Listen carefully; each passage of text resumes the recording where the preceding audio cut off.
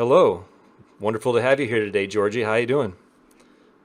Hello, Jacob. Thanks for inviting me. Long time no see. So I'm happy to be part of this interview, no doubt. Hello, folks who are watching there. Yeah, so one of the things that really impressed me about you is your extreme endgame knowledge. We'd once played a game, and to be honest, within that game, after you capture an F6, I thought we were going to have what would be a very challenging position in a Karo Khan for you to win from, and you proceeded to play beautifully, and then immediately after that game on my stream, you began to explain what you were seeing really well. What do you attribute to your extremely strong endgame play? First of all, thank you for that compliment, indeed. And I've got to say that you have played very well this end game. I just got a bit luckier, that's all I've got to say. It actually happened really incidentally that since my childhood at home, I had several books in chess, around five of them, and four of them were about endgames. So that was the only thing what I had the access to. So I was actually starting from my childhood reading that. And in my also coaching career, I noticed that students, we really needed to work more on the end games. So for instance, one of the most famous endgame book, Endgame Manual by Mark Dvoretsky, which has over 500 pages, I read it like 6 times already, from the beginning till the end. So like I really feel good in the end games compared to other parts of the chess. So it just happened really by incident, but a bit later I started liking the process a lot. So that's the main reason why I feel like I'm playing better in the end games in any other parts of chess. Well, that makes a lot of sense. 4 out of 5, it's going to push you that direction. Indeed, indeed. How did you get started with chess? Did you have someone in your family that was pretty passionate about it, or perhaps a friend? Uh, that's actually a long story. If you don't mind, I'll just talk about that, but I'll try to wrap it up real quick. So I know typically people say that, my father was playing, my grandfather, somebody taught me that at home. And I have to say that nobody has ever played in my family any chess, nothing connected to that. So I have two siblings, sister and brother. At the time, my brother wasn't born when I was 4 years old, and I have 1.5 years older sister. When she turned 6, she went to school on the first grade, and when she was coming back, basically, we were studying together. So basic math, how to read, how to write, and so on. So at the age of 4, I already knew how to do all this stuff, what people are just studying on the first grade. So when my parents came back from work and I told them that, I specifically spoke with my father and told him that, Dad, I already know how to read, write and stuff. Why don't you take me to the school? But they sort of backed off, thought that, at the age of 4 instead of 6, for boy, he might get bullied or something like that. Better to wait and let's have a look at some other sport activities maybe where we can take him. We have tried literally everything, like starting from football, basketball, everything. At the age of 4, I didn't have any passion to play any sports games or something like that. When we went to the chess class, they didn't care at all how tall I was, what was my age, what was my weight, and all this kind of stuff. They're like, okay, can you do this kind of stuff? Looks like a smart kid, so why not? Chess was the only sport which accepted me at the age of 4 to start playing. That's the only reason why I started playing chess. Literally nothing else. Nobody has recommended or something, and I have to say, unfortunately, chess was like probably 10th or 15th in the list of the sports where I went to. I have tried many others, but they told me, no, you're too young for that. So yeah, that's how I became chess player. That's all. Nice. Now, obviously, with that start, you had to have some way to go from chess player to chess competitor. And I notice you're an international master. You're ranked like 1708th in all of FIDE or something like that, like way up there. So clearly, at some point, it went from this like 15th rank in the list to like something not only that you were going to participate in, but maybe get more aggressive towards learning, towards studying, playing it, in competitive nature. How did that journey begin, going away from just maybe seeing at a young age to the transition Uh, there? ac- Actually, that's really a funny story. It again is connected to my sister. Luckily, it happened that in Georgia at that time, on the first grade, pupils were studying chess as a regular subject, like math, geography, history, and so on. it was like a test version of it. And when my sister learned it, she wasn't into chess too much, but obviously she was playing much better because I just learned how to make the moves and she was beating me too many times. I was getting really angry at that. So it was like, no, I have to beat her. I have to train and so on. And while I tried to improve myself for like 1 year, 2 years and so on, because she was playing okay, compared to beginner, complete beginner, she was playing okay. And eventually I ended up playing it consistently and I started liking the process. So that was my first push basically to play chess. And I've got to say that my first years definitely were not that successful in terms of, when people say I started playing chess on my very first tournament, I just won 7 out of 7 or something like that. No, definitely my chess career was not a sunshine and rainbow. It took a while to gain the experience and strength. And I think one of my first success was around at the age of 9 when I became champion of Georgia under 10 boys category. And that sort of made me really interested, and some of the coaches were interested to train me. Luckily, I got sponsored from Federation, so they were paying for my coach too. So that's how my journey has started in chess. But I have to say, I didn't have like amazing performances from the beginning or something. Mostly in my career, I had the best results at the age of like 12 to 17, somewhere in this range, because I was training around 10 to 12 hours daily, basically. I was living at my coach's house because he had 2 daughters. One of them was actually playing consistently. She's women grandmaster over 2300. She has FIDE rating right now, world champion under 22. She became several times European champion, so on. And we were training together. When I was going there in the morning, sometimes I was even staying there in their house. So that's the only thing what I was doing at that time. But you know how it typically happens. I had a lot of rating boost. My titles I also got and stuff. But at the age of 17 and 18, you already go to university.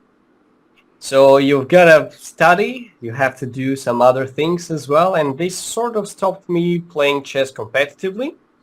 And if I will just continue the next step of my life, I decided to go to sports university on coaching faculty.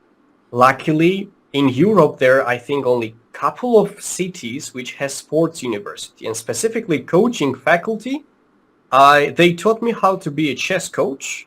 I got my bachelor's degree and my master's degree as well, hoping for them to add PhD on that, so I would like to continue there. And this actually helped me to stay in chess, plus not do like engineering or something, and at the same time being a chess player, 2 unmatched jobs at the same time or so on. So this was sort of my journey in terms of how it went from the beginning till the end. And I'm waiting for other questions. If there will be anything concrete, I will add more information. Nice. I know a while back I'd gone on your stream and I kind of just started dying laughing on the inside. I was like, wait a minute, what? Because on the bottom of the stream it said, saving money for a helicopter, please donate. I had never seen anyone do such a thing. And I remember thinking, like, brilliant, like that, like if you're gonna dream big, do you feel comfortable answering questions about the helicopter? No problem at all. Actually, during the several years ago, around 3-4 years ago, I do the streaming more or less regularly. Nowadays, not anymore, but I actually am back on YouTube uploading some new videos and interesting stuff. I want to come back on that. Maybe later about streaming too, but I remember that I was looking at other streamers on Twitch and they were typing like, I need help for streaming setup or gaming chair, maybe for the tournament or just improving the quality of it and so on. And when I was looking at it, I was never inspired, like of even transferring the money, even if I could do that. So I was like, what if I'll put something really funny? And actually one of my biggest inspiration of this kind of strange ideas was Mr. Beast on YouTube. I was watching some of his stuff there, and he actually wanted to do something connected to helicopter. If the winner gets the helicopter, like if you will touch the helicopter, it was like that, I remember. If you will not remove your hand, there were like 10 competitors, you will keep the helicopter. I was like, okay, hang on. I think I've got an idea. And I added there, and actually people started donating money, and obviously I was nowhere close to get the helicopter, and I never even dreamt about it, but it was really fun, and a lot of people just came to the stream just to see how the bar was going, if it was going higher or lower, or what is happening about that. And I'm very glad that you haven't seen another part of donation, what I was, trying to take the money. Helicopter is a joke compared to another one. It's just, since you're going to upload it on YouTube, won't be really nice for me to mention right now on this interview, but it was quite interesting thing what I added there. No, it makes Quite fun as well. It makes sense. A lot of people had a lot of fun. Yeah. way better than, like you said, just like the empty kind of ask for something that yeah, I've seen that a lot too. In fact, for my own stream, I've definitely made it a goal to not really ask for money at all. It always feels awkward. I know a lot of other people, either like it's kind of like their profession, or they're like content creators is like what they do for everything. And I've tried to stay away from that as like a full thing, because I do respect the fact that other people are titled, or or even like yourself, they have like the more things going on, I guess. I've been trying to get bigger with it, obviously, but at the same time, I'm trying to be respectful of the other people, like Ben Feingold and other friends that have dedicated their entire lives to it. Where, if they don't make that money, that's like their family. For me, I mostly just stream because I loved playing chess. So, how much do you enjoy chess? I guess, like if you have choices, what are some of your favorite activities, and how does chess rank among those right now for you? I'll tell you, actually, probably you will be a bit surprised. First of all, I'll just sort of say something connected to the previous question about streaming. My main goal was actually, it was my first step starting coaching. So I was doing the streaming to find potential students. When it worked out well and I no longer had some more free time to do the streaming, that's why I quit streaming actually and continued with my students. And regarding your question right now about how much I like chess and other sport activities and stuff, probably you'll be surprised about my answer. I do not like chess. I actually had this passion until the age of 18, 19, maybe, probably something like that. But after that, I was looking at it like there are certain things which I like about chess, but some things I really don't. For instance, playing, I don't like. You might be a bit surprised, okay, if you don't like playing chess, so then, like you don't like it at all. But I like teaching something about chess. For instance, explaining something. I like learning the new openings, doing the puzzles. So there are some certain things which I like, but some things which I don't like about chess. So I cannot say overall, since I don't like playing it regularly, I would much prefer to analyze the game or something like that. That's probably the main reason why I like the end games more, because it takes more studies instead of just playing and having fun or something like that. That's why I don't consider like I like chess, because of that reason. And about other sport activities, I don't know for what reason, but it is quite famous in Europe that almost all chess players love table tennis. It happened that in Georgian Chess Federation, the chess club where I was going there, I was living in capital, luckily. So next to the chess palace, like 50 meters away, there was several tables of table tennis. So when we had a break in between the rounds, if we were supposed to play several of the games at the day, Rapid Blitz or something, everybody was running there. So all of a sudden we realized that Georgian chess delegation sort of got significantly stronger in table tennis than they were doing in chess. I'm serious though, they were just doing table tennis almost all the time. I have never competed in any tournament in table tennis or something like that, and because of that, they shut it down, this place. Oh. And they were not allowing us to go there because we were supposed to focus on chess instead of table tennis. And that is the main sport activity which I used to do regularly.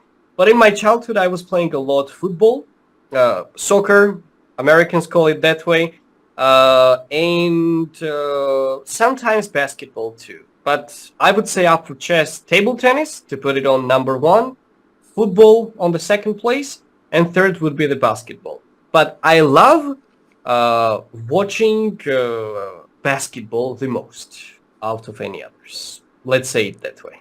Nice. Yeah, I know Nigel Davies. I kind of follow him on Facebook a bit, and he always mentions table tennis. So it's almost one-to-one. Table tennis comments, and then also his latest opening journeys or things related to chess. So it's kind of fun to see that like one-to-one nature of those two. And then of course you kind of reinforcing that, saying that European players in general are definitely enjoying that game. And it's so funny to me that they actually took away the activity because it became so popular compared to the chess that they were hoping you would be kind of diving into it. This chess palace, I think you called it, like that. If you don't mind, Jacob, I would like to add one more thing about table tennis, how it is connected to chess as well and so on. When I was 15 years old, I played Olympiad under 16 in China. And luckily, in the hotel resort where I was living, there it was like a sports complex. They had a football field, they had basketball, badminton, even volleyball, table tennis, and everything. You know where I would be most of the time, right? After I finished the games. So I was playing, compared to my opponents, I was playing well. And the rules were like that. The winner stays. And there were like 20 people which wanted to play. We didn't have a lot of table tennis, the tables. So luckily I was staying there almost all the time because my opponents were not that good enough because they were like complete beginners, let's say. Well, I really liked the process. I enjoyed it and so on. Until I saw one Chinese kid, I think he was around 10 years old, and I remember that there were like 5 guys in the line, and he was like the 6th or the 7th or something like that, which was coming in the end. I noticed that he had a little backpack, and he took his own racket out. He had a tennis ball too. He was warming up, just to be ready for that match. When I saw the way he was holding the racket with like 2 fingers or something, I immediately said that, guys, I'm sorry, I have a meeting right now. I need to go. There is no way I can stay right now. I immediately went to not make it suspicious, when the kid was coming next to me or something. But actually, I could see from my hotel room what was happening in the game. And the guy which I beat 11-9 or something like this kind of score, when he played against him, he won 11-0. Whoa. So I was like, good job. Very good decision, smart decision that I left there. And I was always looking around if this Chinese kid was standing around. He played like 2 games, he got bored of winning 11-0 and he left. So sometimes, you sort of need to save your reputation, maybe. Time to run away from Chinese kids specifically. So yeah, that's how my story was. I think your story relates to engines a little bit. I think that's what we feel when we're online. If we feel like we're playing an engine, it can have that same like, oh, I'd rather not play what I play maybe in training, like outside of a game, and you start to recognize like, oh, I'm dominated. Like this is no longer fun. He was significantly better, really. Like I had literally no chance with this kid. So yeah, when I see them around, if I'm going to play table tennis, I'm like, maybe I have some call to catch or something like that. Yeah, if he's going to try to scam people, he's got to not bring his own equipment, right? The same thing's true of like billiards, like the pool game. Like people will come with their own pool stick or billiard stick, and it's just like, no, time to walk away. Know that's not a good place. They start assembling that little puppy. It's like, oh, it's time to walk away from this table. Yeah, it's funny in life how that happens. Exactly. I had the same situation there, no doubt. Do you have any? It was fun. So you have competed competitively. You mentioned mostly from 12 to 17. Were there any games in there? Any like really good memories in terms of maybe the opponent that you had, or some memorable games, or something you'd like to share related to that competitive chess that was going on during those ages? Sure. Actually, at that time, what I managed to do, I have to say that chess in Georgia, especially in men category, is not that. We don't have many famous players.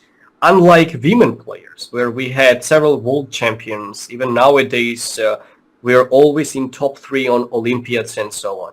So it was always like they were maintaining pressure to men players just to study harder and so on. And we know that competition is a bit different in women's section and men's section too. So when these sort of waves hit me and it was time to prepare and so on, I managed to get several medals on European championships and underage categories. Also managed to get medals on many international tournaments. I'm talking about the Georgian championships and stuff there. And there are a couple of memorable games which I will always remember, basically. But let's say it this way. If we will choose the time where I was playing consistently chess, I have several games which I actually have in mind. It was because it was decisive game to get the medal on that competitions, which was really big achievement for me at the time. But probably more interesting happened a bit later when I played Olympiad in 2018, and I played against Firuza Alireza as white in classical chess Olympiad. I managed to win against him. It was one of the most memorable game. And also I managed to beat One Forest Jordan on the same tournament. And I remember, Jacob, that these are two notable games in terms of during the game, these teams' coaches actually went to the arbiter and asked to check me if I was cheating. So you see, I took it as a compliment. I was so happy. I was like, wait a moment. So I'm doing very well. But when you enter the Olympiad, it's like you're going through a lot of detectors and all this kind of stuff. So when one of I will not mention the names actually of the captains better, when they asked to the arbiter to check me, I was so happy about that. My captain told me that, you have a 10 minutes coffee break. I was like, no problem, I'll just go.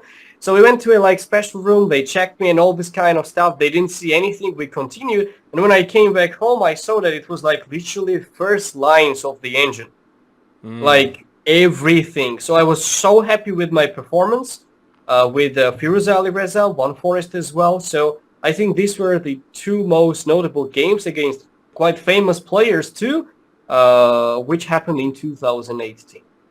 Nice, yeah. That was the games which I really liked the most, and especially the second time as well when I played against One Forest, the same situation happened. They asked the arbiter to check as well, so I was like, okay, no problem. So my tournament is going well. I ended up getting 8 points out of 9, Jacob.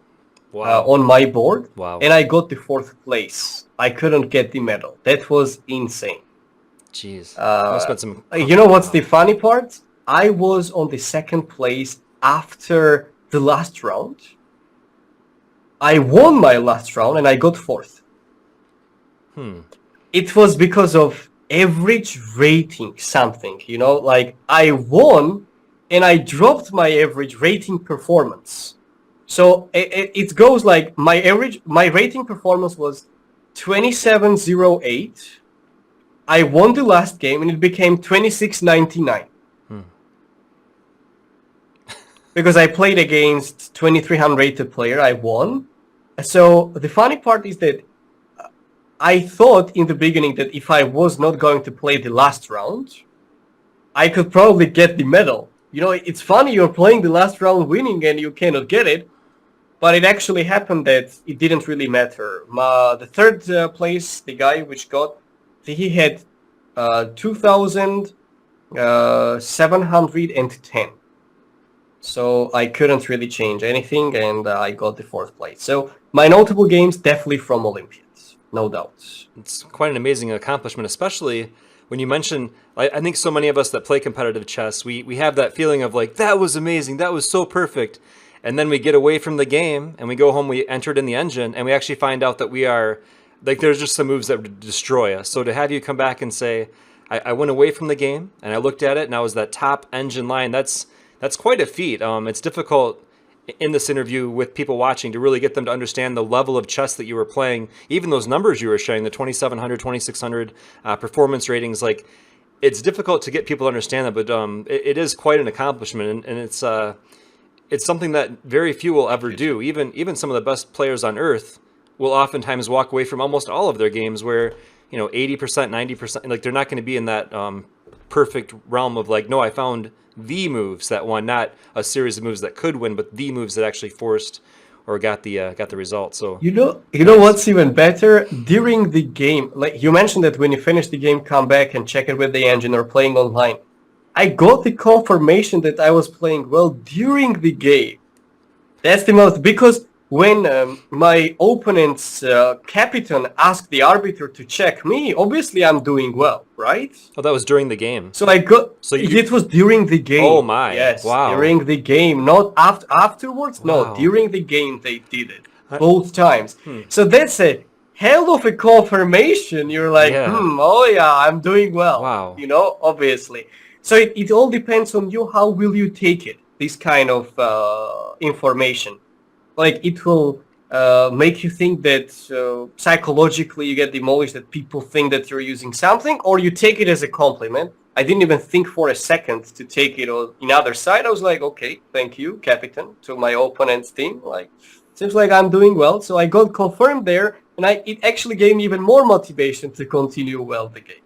Yeah, that was definitely fun. It's a bit of a life lesson you're giving us there as well, that idea that what someone says to you, no matter what it is, you always have the choice in how you react to that. So like you're saying there, you can get defensive or have thoughts of like, hey, what are you saying?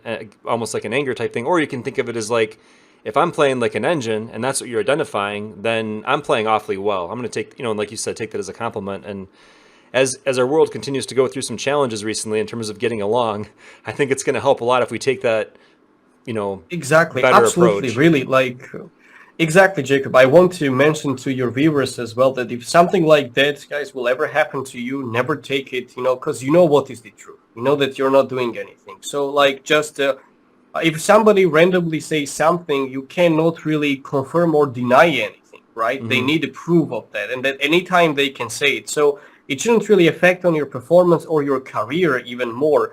And we actually had several cases like that the players were performing so well during the tournament, they got accused of cheating, and their performance went downfall after that, and they couldn't really recover from there and so on. So no, just never ever thought this way. Just keep going and do whatever you were doing, and at some point they will realize that they made a mistake, and that's it. So yeah, that's what I wanted to say, that this actually happened to literally everyone. If you're worried about getting checked during the game, Magnus Carlsen is getting checked on these top events all the time. They were accusing on cheating Vladimir Kramnik, Garry Kasparov, Anatoly Karpov as well, and all these big names, and there were a lot of scandals as well going on at some point. So like almost all the players which you have in mind, they had at some point suspect or something like that. So it is just suspect. It is just somebody's thoughts. If you will make it affect on you, you are fighting on a chessboard, and you cannot fight against these that somebody mentioned something. Come on, then you're not born for chess. That's how it works. You're doing this battle every single day on many games. You have more problems on the chessboard than somebody mentioning something. So take it easy, guys, and just keep going. That's it. That's really good advice also for streamers. I know as you're playing a game, if people are, saying negative things about your play or whatever, it can definitely impact your play, especially as you're trying to interact with them, right? You're trying to do this extra thing while playing the game. Did you enjoy? You didn't stream a whole very long. You were saying I kind of cut it off early, but did you enjoy that time a lot? Did you enjoy like the friendships? And I mean, I loved your stream. I found it to be one of the most educational streams on all of Twitch. You oftentimes would play through like Grandmaster games, and it just felt like a good atmosphere when I came into it. Like, did you enjoy that during that time, or? Yes, thank you, Jacob, for that compliment. I actually started streaming, as I mentioned, because of getting students, and typically my content was more educational, because even at the time, as I mentioned, I didn't really enjoy playing the games, but explaining some stuff, yes. That's why I tried to make it more educational wise, but you know how it typically works. People want entertainment. It might be even on the streams, or it might be on YouTube. It doesn't matter at all. So like when I missed checkmate in one of my video and made a clip of it, it had around 50 times more views when I was explaining something extremely important, actually, for early chess players. So when I noticed that, I sort of realized that people had less interest in that, and they're just coming there typically for fun. They want to play, they want to do the puzzles and stuff. And the information what I was giving, it's good if you're looking for students, perhaps, or if you're teaching students and stuff. But let's say 95% of them are not really interested in that. They would much prefer to see how you blunder the queen in the beginning, the opening something, and then trying to make a comeback from there. They're curious about if you will not touch your queen for the rest of the game, make a challenge or something like that, to make it like a fun. I'm not humiliating that the others are doing that. It's a bad thing to do. Not at all. It's just my vision was a bit different. I wanted to make more like educational content and stuff. And I didn't find that people were interested at that time. That's the main reason, one of the main reasons why I stopped also streaming, because I really didn't enjoy just playing the games or something like that. And also I had less time because of students. So I was like, okay, that's it for me. But I actually found myself, Jacob, on YouTube. On YouTube, when you're doing that, I know it is not as successful as doing the streaming, but if you can prepare some content, really put a good thumbnail there, good title and stuff, if you'll catch somebody's eyes and somebody started looking at stuff, chess is really lacking the content, even on Twitch and on YouTube, educational content. Mm-hmm. All of them are about entertainment. If you will have a look at it, literally everyone does that. Even the famous YouTubers or Twitch streamers, what are they doing? They're not like analyzing the game in terms of like really explaining. They're trying to make the main highlights of the key aspects, but people never even get to the key highlights there. They're struggling even on earlier stages. What they do is that they're offering the video courses probably or something like that to buy to get to that level or something. My main goal was to give people free access to this kind of content, explain from A to Z there and say everything in details. But as I mentioned, people have less interest in that. When I looked at YouTube and also Twitch, I only found few people doing that really amazingly, but views, no. So that was the main reason why I felt like streaming is not for me, but maybe create the content like YouTube-wise is definitely suiting me. Yeah, that's a really intense. Because this is about the English stuff, actually. Sorry to interrupt, Jack. This is about the English stuff because I have created Georgian YouTube channel where I'm uploading the videos very regularly. I have also created a website where I sell the video courses from the very beginners to the advanced level. I have like 30 video courses created with everything, the whole websites and stuff. And this is going pretty well because I don't have anybody on the market as well. That's funny because, okay, Georgians are like 4 million people. And only 4 million people, it's not even international language, so only Georgians are speaking that, maybe a couple of foreigners and that's it. So it's easy to get well known there too. But when I try to do something like that in English, I don't know, like it's tough to go through this kind of content. People don't really care that much about it.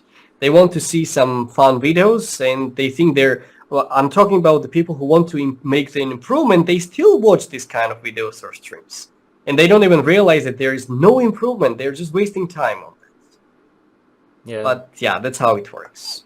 So what about Chessable? I know a few people have enjoyed Chessable. I actually recently purchased the Dvoretsky Endgame Manual course on Chessable, and I've been enjoying that a lot, partly because I have a connection to some of the people that make the videos. Like I have friends that have now uploaded some of that content, and I'm like, oh, wow, I watch him on stream, and now I get to see his course. And have you used Chessable, or do you recommend that?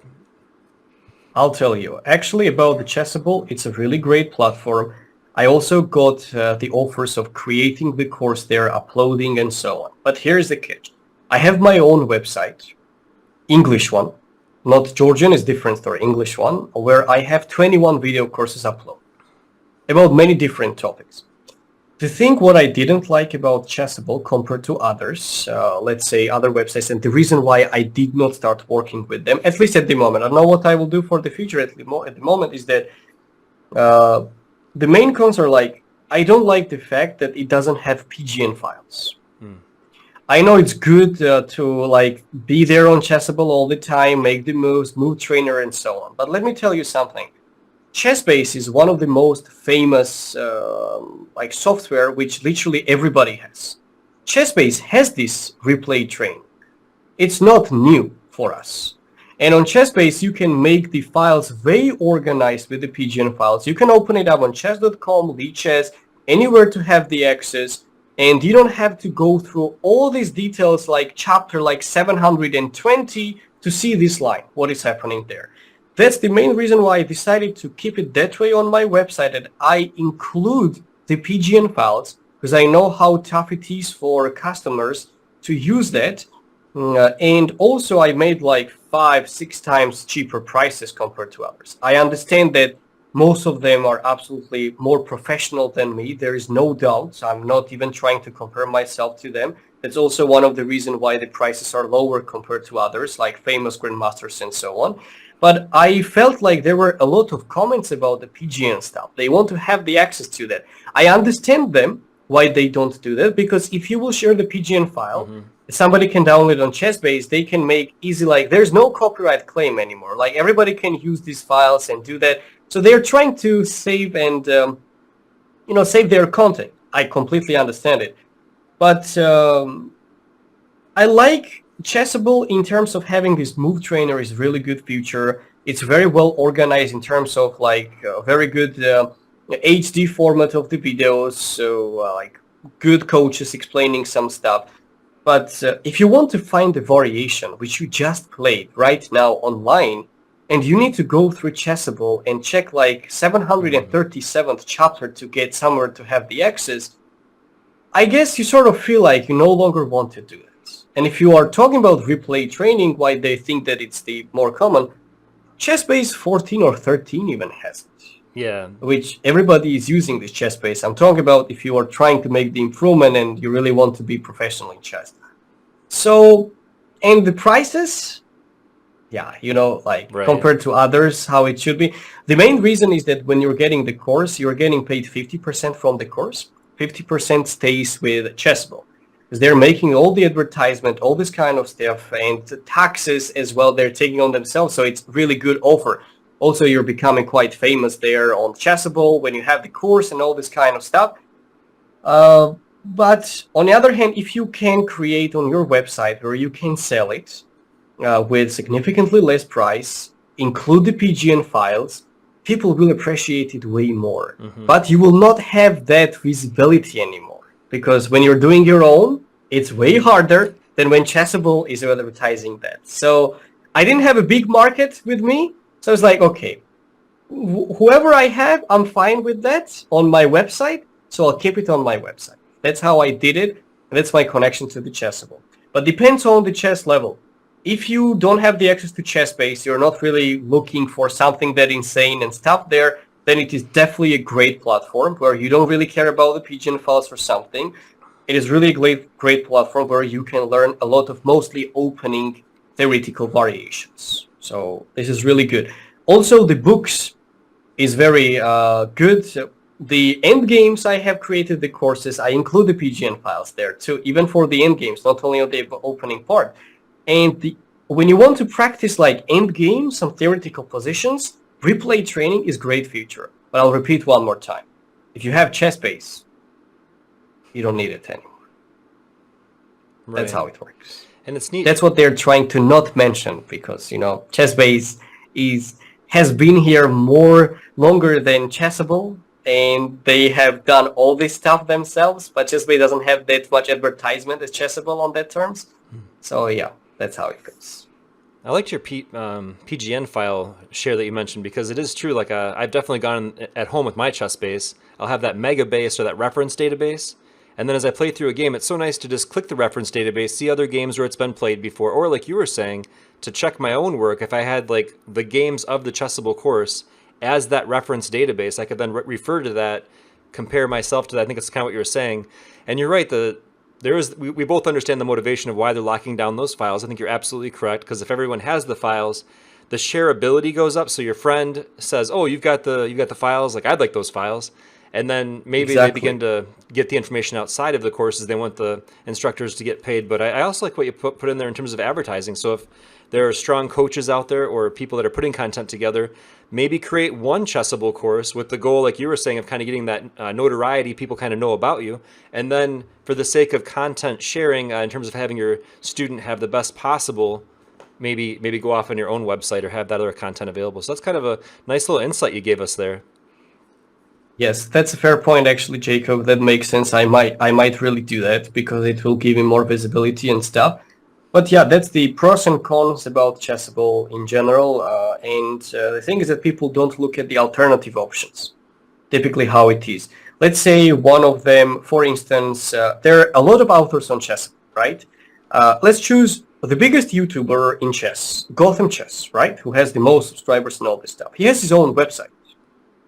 He doesn't do Chessable courses.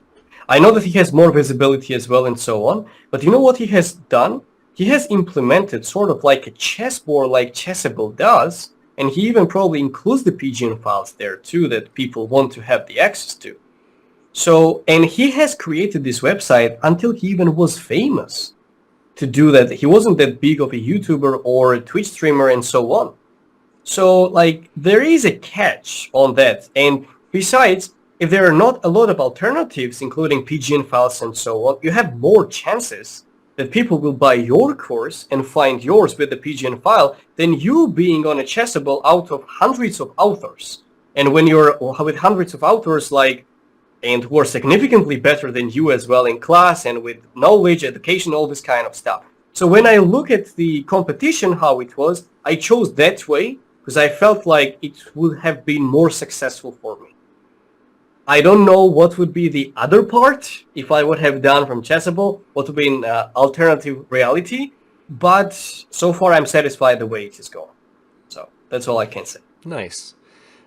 Usually, towards the end of these interviews, I start asking questions about, chess improvement. I know you mentioned that you personally are doing less playing, but for those of us that still are out there playing, we oftentimes have the question, what do you recommend for chess improvement? I definitely like to get that answer. Like, how, when you're helping your students, what types of things do you find most often help people grow and maybe get that next rating class change? I see. That's a very good question. Basically, at the moment, I'm working in United Arab Emirates. I started working here a couple of months ago. And my students' rating average is starting from 1200 to 1900, somewhere in this range. I have men team, women team, young players, and so on. Let's talk about, it depends on the level. For instance, I will not talk about the professionals already above, grandmasters, international masters, FIDE masters, and all these people, because they already know what they need to do. They have a lot of experience. Let's talk about a bit less rating, but even the starters and so on. There are a couple of things what you need to remember. First of all, people think that if you will spend like 4 hours, 5 hours, 6 hours a day, that's how you should do, and that's when you will make the improvement. This is wrong mindset. Maximum, if you just started, you need to spend like between 1 to 2 hours. This is more than enough. As it is not good when you're physically exercising at the gym to work out more than like at some certain amount of time, it is the same. You're burning yourself, basically. You need to give your brain enough exercises to sort of like recover well for the next training, and not like train one day 5 hours and next day just leave it and then just lose motivation completely. You sort of need to be consistent on that. So one step at a time. So number one, the range duration, it depends on your goals, of course, but maximum up to 2 hours is more than enough. This is number one, about the timing. Second, you need to give yourself days off. You cannot do it consistently every day. It might be because of many reasons. If you're in school, you have your own stuff, university, your job, family, might be many reasons, right? And maybe some other things as well. So you should have day offs too. Like 5 days working, 2 days off, for instance. It doesn't necessarily has to be the weekend. You can choose based on your schedule. So you need to give yourself some days off. Another part, what I would do now about what we should work on. A lot of people, it depends. I don't actually count it the rating range. I call it age range. Why age range? People from some certain age prefer to read the books instead of watching the videos or something like that. You cannot tell 12 years old kids to read the book. They are not going to do that, Jacob. I have tried it many times, but it is impossible. They would much prefer to find some video course or YouTube content, it might be, or like streamer to watch to entertain more, because this is different generation.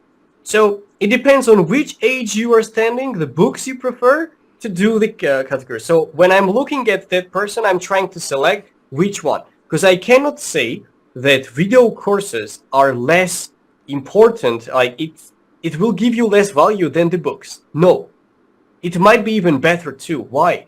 Because chess players has visualization better, and you will memorize some stuff by looking at it, because you're looking at a bunch of games and stuff instead of reading, maybe writing or something like that. So the main thing of studying is to memorize what you actually have learned, right? If you're reading something and you don't remember what you just read on the previous page, it makes no sense. But if you have watched the video, what actually happened with the moves and the coach explaining or somebody who is explaining this stuff, you'll remember what happened there. So the thing is to memorize the positions well. So once you will figure out what is your age, like you are in the books era or video courses, or which one do you prefer, that's when the real training starts. I don't believe in the fact that for the beginning steps or even intermediate level needs a lot of attention into the openings. I would highly recommend it to keep it simple, because if they are trying to choose one of the main continuations, they need to spend a lot of time, they need to keep it updated all the time, and there's a big chance that your opponent knows well the positions what you're going to play against them. You cannot surprise them. You're going to play, London System or Rui Lopez, and you want to surprise your opponent? What do you mean? When this player was like 6 years old, that's the first opening what he has learned. So there is no way. I'm not saying to play some very big sidelines or something, but like something in the middle. Opening, spend less time. Try to mostly focus on the middle games and end game positions. I have to say that I really like how Russians are teaching their students. They never start from the beginning. They never do from the opening, Jacob. They teach them from the end game. First of all, they're teaching them the real power of the pawn, of 2 pawns and everything, and they're eventually going down to the middle games. So when they have a lot of pieces, they understand what they can do with that and what are their main power and main resources. When you're teaching somebody how to make the moves of the bishop, do you put a lot of pieces on the board to explain that? No, you only put the bishop and explaining how it moves. The same thing, they're teaching the end games that way, and they're going back to the middle games. I think this is very good. I implemented with my students, and it has way better, like they have much better performances, much faster learning process, and so on. So for the end games, I highly recommend this end game manual by Dvoretsky. What you have mentioned, you just purchase this on Chessable. If they're kind of guy which would like to have the access with the video courses better on Chessable, if you're like a book type of guy, buy that on Amazon, you will get it and you can just learn it. Or you can find the PDF version as well, online version, once you'll purchase it. So, step by step go over. Mostly focus on the pawn endgames, rook endgames, the most. Bishops and knights, a bit less than the others, and queens the least, because it happens very rarely. Once you will learn all this, from the course it will be, or from the endgame and stuff, it is extremely important to practice that. So you need to play maybe with the engine, but not engine rated 4000. You can select it on many websites to select it as on your same range. On Lichess, Chess.com, Chess24, everything has. Even ChessBase, you can try that easily. Practice it. Make sure that you have learned it well. This is very important. I mostly ask my students to practice some stuff more than what they have learned. I give a little amount to learn and big amount to study, to practice, because that's the way how it works. And about the middle games, calculation process, this is one of the things what you have to look at. How to evaluate the positions, you need to understand it well. There are a bunch of books and the courses about this kind of concept as well, what you can have a look at, and try to mostly focus on the calculation aspect. Because it doesn't matter how well you will study the other aspects, like strategies and all this kind of stuff, at the end of the day, it's all about calculation. You might play very badly in the strategical point of view. I am kind of guy who is mentioning, who loves the end game so much. In the end games, there are no tactics. So if I'm saying it, I actually talking from the experience how it goes. So it's much better for you to calculate much better, learn these aspects, and master it the most compared to other aspects like weak squares or something like that. Once you feel like your calculation is getting better, then you need to move on to other steps of the middle games. This is sort of like a review. I actually spoke a lot about this, just what I recommend people to start with and do these things. This in terms of studying. But of course, the king is to play. Play and play. Practice and experience is the key in this case. But without knowledge, experience, not really. It's not going to take you to the right direction. So studying 25%, practice 75%. Much better. I like that. Nice. Yeah, and I think there are a lot of people, like you said, that just aren't putting those the time in, right, to see those patterns or have it really stick with them. So they see it once, they think they got it because in the 15 seconds they looked at it the first time, they're like, oh yeah, saw it in the video, I remember the pawns. And then you see them play a game, and you're like, you had the same pawns, like you didn't do the thing, and they're like, oh, I forgot. Exactly. But One more thing I will add. Sorry to interrupt, Jacob. So look, the main reason why I ask them to play, my students, even the openings and other aspects, is that, let's say like that, okay? How many days do you remember in your life? Probably there will be a couple, right? I don't know, maybe tens. Why do you remember that? Why don't you remember the rest of the days in your life? Because nothing really special happened probably, right? It was like normal day, regular. The days what you remember was the ones where it is connected to you emotionally. Maybe you were so angry at something, so happy about something, or some big celebration, right? These are the most... So our brain works that way. If you're trying to learn the opening theory from book or maybe from the video course or something, and you're just trying to memorize it, you will not remember it. There is no way at all. What people do is that, but when you have played this opening in an actual game, maybe you have lost, you won, you have spent some time, some emotions are connected to you. That's how our brain registers and memorizes these variations. So that's why practice is important to implement. You might think that, okay, but I'm playing too much. If you will study something for 1 month, I can guarantee you that for after 3-4 months, you will forget about everything at all. But if you will study something for 1 month, like for 1 week, and the last 3 weeks will be for the practice, you will remember the stuff what you learned in this 1 week forever. So that's why it is very important to give our brain these signals to be able to memorize some stuff. That's how I look at it, and it is going so well with my students so far. awesome. Yeah, I know those tournament games because you do look at that board for so long. Because when your opponent, for example, is thinking, you're not able to touch your pieces, so you wait for them to make their move. And that time, I think, makes those games really stay with us, especially when we make that mistake, right? Because it's like you not only made a mistake, but you got to think about it for minutes and minutes and minutes, and you had the path that you thought it was going to go, and then maybe it was an intermediate move or something else that caught you. Do you have things you work with your students on in terms of finding those intermediate moves that are going to break them? You know what I mean? Like that, because it's kind of a miserable thing. You think you've solved it, and maybe you don't look a little bit further, and then that move happens after you make your move, and you're like, oh, I didn't even, wasn't on my radar. That's a very fair point. Actually, what I do, Jacob, to my students, which more or less eliminates the number of mistakes, is that they need to evaluate the position after they finish the calculation. So evaluating steps actually is one of I think I might have the video on YouTube already uploaded on that aspect too. So the thing is that when you finish calculating, evaluation, you need to get a good picture of the position, what is happening next. If something is missing there, and while you're thinking about the moves and stuff and trying to get a picture of it, is missing, you will immediately feel like, okay, hang on, maybe it might not be the end of my calculation, because I'm getting scared. When you're asking what is your opponent's plan, you're getting scared of some special moves. Of course, it will never happen that you will completely eliminate them, that you will never make the mistakes, but our main goal is to reduce as much as possible. So the best thing to do, from my experiencing, which I implemented many times, is to evaluate the position once you finish the calculation process. Obviously, I'm not talking about the blitz and bullet games, because you physically don't have time to do anything like that. Mostly focused in classical. Because in blitz, missing a move is a very regular thing, really, like blundering something. So that's why evaluation helps a lot. Nice.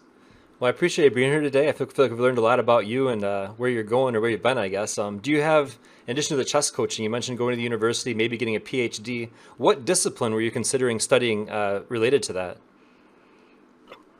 Good question. Actually, the main reason I finished my master's degree like 6 months ago. I wanted to continue on PhD, but the main reason is that a sports university where I was studying, I wanted to continue on from chess point of view. I didn't want to get a PhD on engineering or like some other things which I will never work with that, and maybe I'm not interested in too. So they don't have the PhD at the moment. They're working on it. So I guess I'm sort of waiting for that. I hope within 2 years they will fix it, and then I will continue already. Because I already have dissertations and all this stuff already ready. I have actually published several books as well. And they're asking some dissertations which, if you have published, but I kept one book which I haven't published. I'm using it to use it actually for PhD later on if I will ever decide to do that. And specifically, it is like sports university chess coaching faculty. It is called like that. So you're studying the subjects such as anatomy, even physiology, fitness. We were going to the gym and workouts and all this kind of stuff actually. Psychology, you're working, and many other important aspects what you need as a chess coach mostly to help your students to make the improvement. And as a player, of course, it also helps a lot. Nice. But the main thing is that I didn't like that much playing, even right now. So mostly on coaching, I'm implementing that. And I'm very happy that I found something which I will be interested into and not like, Jacob, why do I keep saying engineering? But okay, let's say engineering one more time.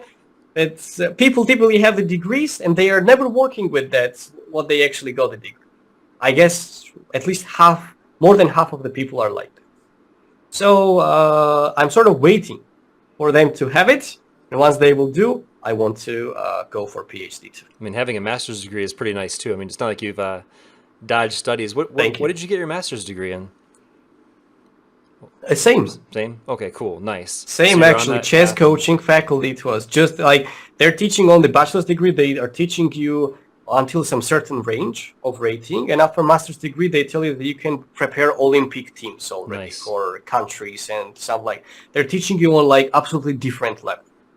Fantastic. So, and they have like physical normatives also you need to pass as well there to be able to, because it's a sport university. They will not allow you to like drink alcohol, smoke or something like that, and then come back to the class and stuff. The discipline is on different level. And that's what I'm also implementing with my students as well, because it's very important, the discipline. So it is once in 6 months, they were telling you to do the normatives. If you wouldn't pass it, you fail. You just need to do that in another semester. So that's what sort of keeps you in shape and studying as well, because you know what? If you don't know it well, you're going to destroy new generations. If you're a coach and you have no idea how to do some stuff, maybe a talented kid, which is with you right now or something, you are responsible of this kid's future.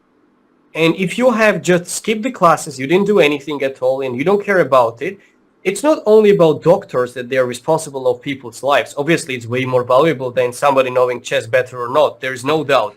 But everybody is doing their duty, right? If you're a chess coach, you need to know these steps very well. If it's above your level, do not accept these students. Then say that it is on some certain range and that's it. So that's why this master's degree helped me to take it to the next level and understand these even more and more into depth. Very nice. I like that explanation too. And the idea of, I think a lot of people want to get there faster. They want to go there before they get that knowledge, before they have those tools. But wonderful point you bring up. That child's future is in your hands in a way. I mean, as people are more successful or less successful with the things they're being coached on, it definitely impacts the opportunities for them in life. And to look at it that way as you're taking on coaching is a really intelligent idea. So that way you're not, perhaps like you said, taking the higher student that maybe you're not ready to coach and limiting them through your inability to maybe take them as far as someone else. That's a very beautiful thing you said. And typically what people do actually, Jacob, is that they stick with one student longer.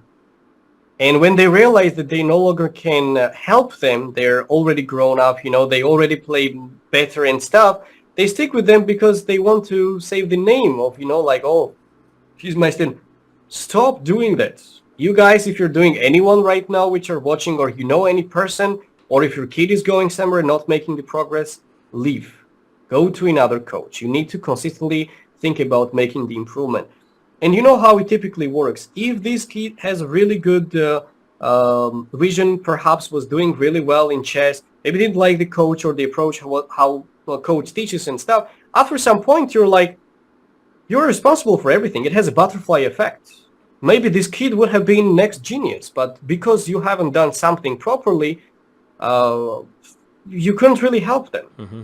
I'm saying the kids consistently because like if somebody like over 18 is coming to me and wants to learn chess and stuff, like they have sort of like different goals and not like becoming a grandmaster or like 2800 in like next 2 years or something like that. So they're doing it for fun or something like that. So that's why I keep saying the kids, because it's like new generation. That's where people start playing chess more regularly. Sounds like there's an opportunity for coaches too to reach out or be aware of other coaches that might be able to help that student. So rather than just saying like, you need to find somebody else, maybe trying to help take them to that next person. If we got to that level as coaches, that'd be a better thing. I know my friend Tony and I, we both coach chess, and we've definitely, talked and grown together. And that does help to have that other person or additional people that you can refer people to, or if you have friends that are maybe like yourself, as I talked to you today, if I have someone that, eventually is getting to that really stronger point than maybe what I could coach, I could offer them to you. And then of course you could give them to a grandmaster or someone that, next level up kind of thing. But good points Fair you bring point. up. I am so glad that you met. What? Oh, go ahead. Yeah, sure. Sorry to interrupt. I was just going to say that also coaches have this kind of visions that my student should not get any help from other coaches or something like that. Why? Will it be bad? Like, does it limit your student or something like that? Unless you're teaching different kind of openings and you're actually matching to that. More information. It's like, you know what? Telling your student to read only one book and never read another. Are you serious? Like, let them read another and then another too and make them improvement. More things they will see, better they will become. So people, typically the coaches are getting jealous maybe of getting another help from another coaches or something like that. And this is really wrong mindset. And I have to say, this is the case on many places, Jacob, because coaches are thinking that, okay, I want to stick with the students also, getting some salary from it, monthly income and all this stuff. But you're not thinking about their future, what they want to do. That's your first thing, what you need to pay attention to as a coach, right? So if right now any of parents are watching right now and they're feeling like their kids are just getting stuck and they're staying on the same level, please do consider maybe changing coach. It will be much better for your kids and they will make a huge improvement for the future. Don't stick with one coach because of you're having a good friendship, because it's been a long time and stuff. Instead, every single chess player, 12 grandmasters, had at least 5 coaches in their whole career. It happens that until some certain level you're staying with one, then you need to change. It's simple. Like, if you're in the high school all the time, they're going to the college, why are you moving to another city or country or something like that? Why don't you stick with that? You know the people, right? That's what I'm saying. Like, sometimes you've got to make the changes. That's how it works.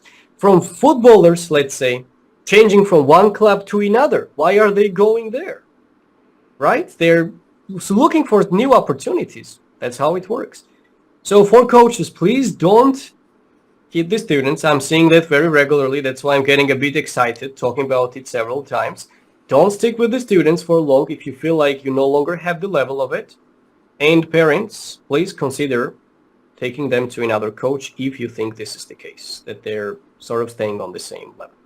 And yeah, I know a lot of our viewers, after hearing you today, and those that maybe had seen you in the past streaming and stuff, they're going to want access to that material you have, those links to either the videos you've done or if there's like books you have published. So definitely beneath this video on YouTube, we'll make sure to give some of that content and have it available so people can find you and learn if maybe your teaching style is for them as a part of a well-rounded coaching experience. I know you can't coach everyone that sees this, but ideally people are going to be able to find you and continue to learn and grow through you. I definitely, through that stream that you were doing and what you were trying to do there, I feel like I learned a lot from that, and I really enjoyed what you were doing there. The questions you were asking, and really finding some quality caliber older games to take people into, as well as talking about their games. If they had a game they wanted you to review, you did a lot of really good stuff, and I know people have missed you in that capacity. So having hopefully this video giving them access to you again will probably make a lot of people happy.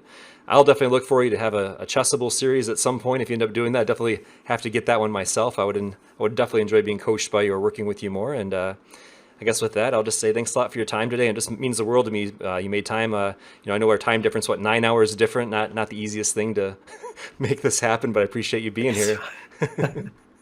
So thank you so much, Jacob, for even inviting, for all this. Thank you for your support. And I'll just tell you the links and what you can apply there. And I have to say that I'm not going to stream probably anytime soon, but even better, if people will be interested in that content on YouTube, they can check it out. And actually, videos are much better than doing it on the stream there in terms of it is shorter. You can learn specifically to the key highlights because I'm cutting the rest of the time while I'm like chilling and not, like asking many questions or something. So a lot of interesting stuff is coming, and I really don't think that I will stop doing YouTube videos for a very long time. So I think I'll just continue for a long time, and I hope people will enjoy doing that. It's nice. We're glad to have that available, and hope you have a wonderful day and appreciate your time. You take care, and I can't wait to check out some more of those videos soon. Bye, everybody. Thank you so much, Jacob. Bye-bye. Take care. Thank you.